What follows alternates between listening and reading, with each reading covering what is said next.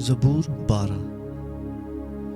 اے خداوند بچا لے، کیونکہ کوئی دیندار نہیں رہا، اور امانت دار لوگ بنی آدم میں سے مٹ گئے۔ وہ اپنے اپنے ہمسایہ سے جھوٹ بولتے ہیں، وہ خوشامدی لبوں سے دو رنگی باتیں کرتے ہیں۔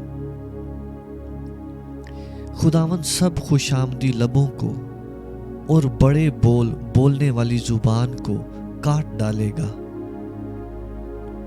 وہ کہتے ہیں ہم اپنی زبان سے جیتیں گے، ہمارے ہونٹ ہمارے ہی ہیں، ہمارا مالک کون ہے؟ غریبوں کی تباہی اور مسکینوں کی آہ کے سبب سے خداوند فرماتا ہے کہ اب میں اٹھوں گا، اور جس پر وہ پھنکارتے ہیں اسے امن و امان میں رکھوں گا۔ خداوند کا کلام پاک ہے، اس چاندی کی مانند جو بھٹی میں مٹی پر تائی گئی اور 7 بار صاف کی گئی ہو۔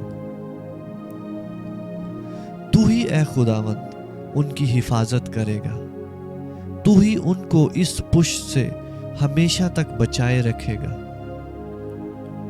جب بنی آدم میں پاجی پن کی قدر ہوتی ہے تو شریر ہر طرف چلتے پھرتے ہیں۔